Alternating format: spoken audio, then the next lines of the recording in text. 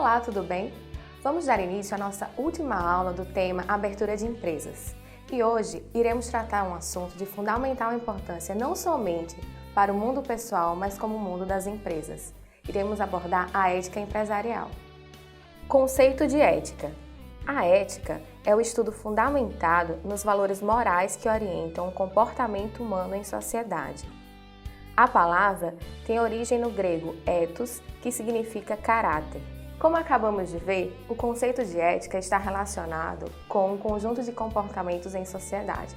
Desta forma, vamos aprender agora como a ética é aplicada nas empresas. Atitudes éticas no processo de abertura de empresas.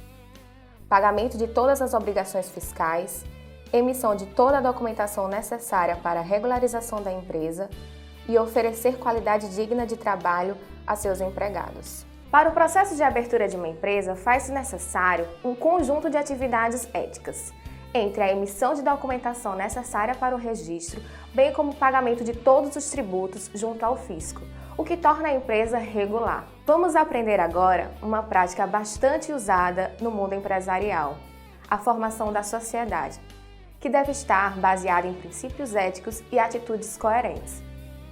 Sociedade. Constituir sociedade é o ato de abrir uma empresa junto com outra pessoa ou grupo de pessoas. Como acabamos de ver, a sociedade é uma prática bastante utilizada no mundo empresarial. Ela consiste na junção entre duas ou mais pessoas para a abertura de uma empresa. Portanto, deve-se levar em consideração que a ética é de fundamental importância nesse processo, visto que leva em consideração a assinatura de contratos, bem como o nome de várias pessoas em um empreendimento. Vamos abordar agora outra prática ética bastante importante no mundo empresarial, o compromisso trabalhista. Compromisso trabalhista. Para realizar sua atividade de forma regular, a empresa deve contar com uma equipe de funcionários que trabalhem de forma legal e, para isso, faz-se necessário assinar a carteira de trabalho de todos eles. Uma das principais atitudes éticas que devem ser levadas em consideração no processo de abertura de uma empresa é a contratação dos funcionários de forma regular, que consiste na assinatura da carteira de trabalho. Esta prática, além de regularizar a empresa, protege o trabalhador com todos os seus benefícios e direitos. Vamos abordar agora os principais benefícios de um trabalhador que possui a sua carteira assinada. Benefícios para o trabalhador. A assinatura da carteira de trabalho garante os seguintes benefícios ao trabalhador: Fundo de Garantia por Tempo de Serviço, FGTS, Seguro-Desemprego, 13º salário. Como acabamos de ver, a assinatura da carteira de trabalho, além de tornar a empresa regular, garante diversos benefícios ao trabalhador. O FGTS, por exemplo, é um Fundo de Garantia por Tempo de Serviço, que está relacionado com o recolhimento de 8% do salário base do trabalhador para, ao final do seu contrato, receber um fundo de garantia. Temos, por outro lado, o seguro-desemprego, que é um auxílio dado após a demissão de um funcionário. Por terceiro, temos o 13º salário, que é um salário extra dado ao funcionário ao final do ano. Vamos dar continuidade agora aos benefícios dados ao trabalhador.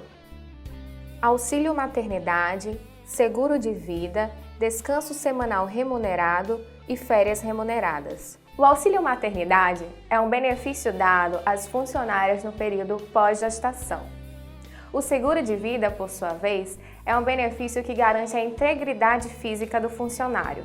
O descanso semanal remunerado, como o próprio nome diz, é um benefício dado ao trabalhador em que ele fica descansando em casa durante 1 ou 2 dias, porém continua recebendo o benefício.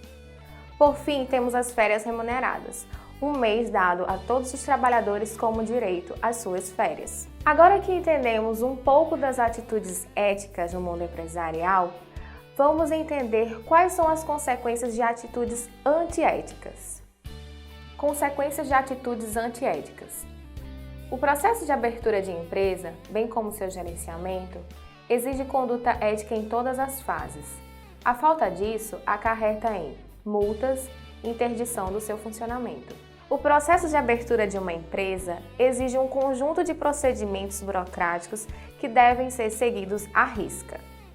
O fato de burlar uma dessas fases da abertura de empresa, como o registro, o pagamento de alguma taxa ou tarifa, faz com que a empresa corra alguns riscos, como o pagamento de multas ou até mesmo a interdição do seu funcionamento. Vamos aprender agora, de forma simples e objetiva, o processo de encerramento de uma empresa.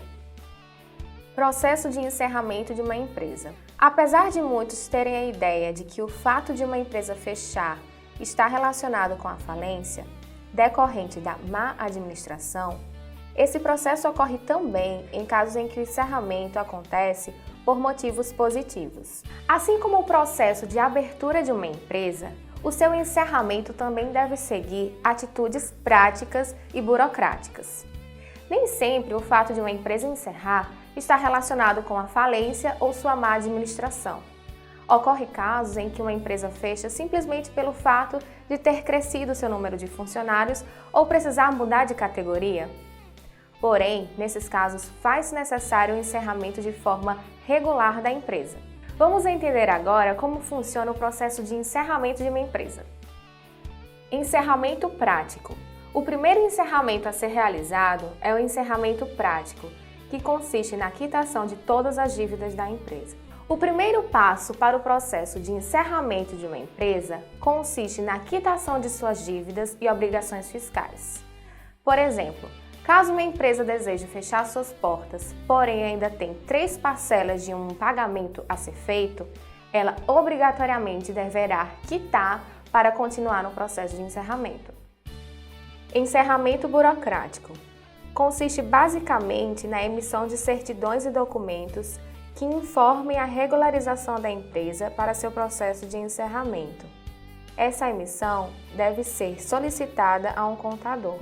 Após o encerramento prático, temos o encerramento burocrático, que consiste na emissão de documentos e certidões que garantem a regularização e processo de encerramento da empresa. Para complementar nossos estudos, vamos assistir agora um breve vídeo que trata do tema encerramento de empresas. Eu quero falar hoje sobre encerramento de empresa. Quais são os cuidados que você precisa tomar em relação ao encerramento de empresa? Cláudio, eu quero começar te perguntando, assim, na área de encerramento, hoje um processo de encerramento de uma empresa, nós estamos aqui no estado de São Paulo, isso pode variar um pouco de estado para estado, mas hoje tem demorado muito para sair? Sim, tem demorado um pouco, né? Principalmente com relação a empresas que têm o ramo de venda de produtos, né? A gente tem que ter um cuidado especial para esse tipo de empresa, a fazer um levantamento fiscal antes, né? Para que se faça e tome as ações precisas, para não perder tempo. Por que o fisco às vezes demora um pouco para liberar esse encerramento? Anderson, o que acontece muito hoje é com relação principalmente a estoque. Somente essas empresas que têm a venda de produtos, a gente tem que eliminar o estoque delas, repassar para os sócios, fazer uma devolução ou fazer a venda, a liquidação disso, né? Realmente é uma situação que acaba onerando bastante. O fisco, ele, de uma certa forma, ele precisa ter todo o cuidado de que a empresa não tenha débitos, né? Para liberar o encerramento dessa empresa. Em alguns casos até há um processo fiscalizatório para poder liberar o encerramento. Sim, Anderson, quando a gente entra com o encerramento de uma empresa, principalmente as empresas que têm venda de produtos, o cuidado que nós devemos tomar é principalmente na hora de prestar essa informação ao fisco. Uma vez que você registra o distrato na junta comercial e leva conhecimento do fisco estadual que a empresa está sendo encerrada. O cuidado é você ter todas as informações do inventário em ordem para que não surja uma OS, uma ordem de verificação fiscal em cima daquela empresa, que vai onerar muito o encerramento dela. E pode inclusive sujeitar o empresário a sofrer uma penalidade aí de uma auto de infração nesse caso, né? Muitas vezes isso pode ocorrer de fato, principalmente aquelas empresas, Anderson, que eles não têm o cuidado com relação à sua tributação, o recolhimento. Algumas empresas têm a questão do ST, que é muito importante citar isso, compra de outros estados e acaba não recolhendo o imposto devido, né? Isso tudo numa ordem de verificação fiscal, na hora do encerramento, pode se sujeitar a um auto de infração, uma imposição de multa pelo fisco. Como acabamos de ver, o processo de encerramento de uma empresa consiste num conjunto de atividades que devem ser feitas de forma burocrática e regular. Desta forma, chegamos ao final de nossos estudos sobre o tema abertura de empresa.